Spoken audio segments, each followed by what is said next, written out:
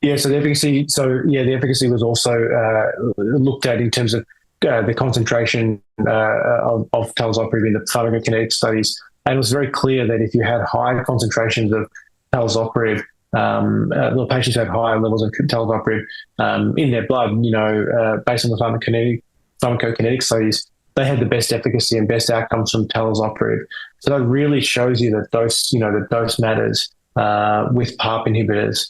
And I think that's not just specific to Talazoparib, but to all PARP inhibitors.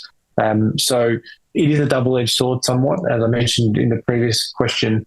In response to the previous question, high drug concentrations with Talazoparib also linked to more toxicity. So we commonly see this in many cancers, in oncology in general, that drugs which are efficacious can also have more toxicity.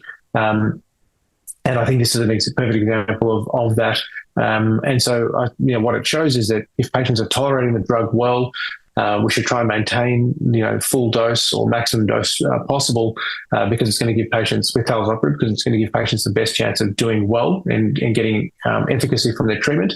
But also what it shows is that in some of those patients who are starting on full dose treatment with Talazoparib, some of them will have toxicity, particularly grade 3 anemia or grade 3 or 4 anemia, and they'll need dose interruptions and/or reductions, which is what we saw in the